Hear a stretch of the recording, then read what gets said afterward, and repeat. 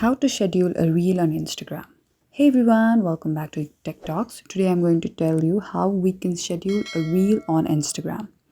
First, open the Instagram app and make sure to log into your account. In order to access to this scheduling feature, you should have a professional account. That is, you should create either a business account or creator account to access this feature. Now, to schedule, tap on the plus button at the bottom of the screen and go on the Reels section. Slide to go on the Reels section.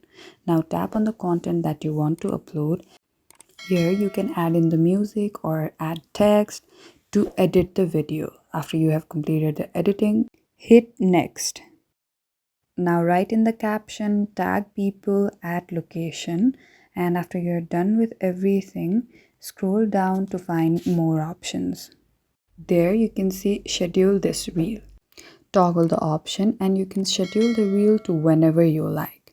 After you're done selecting, hit done and tap on schedule and your reel will be scheduled. If you like this video, don't forget to give it a big thumbs up and subscribe to our channel for more similar tech content.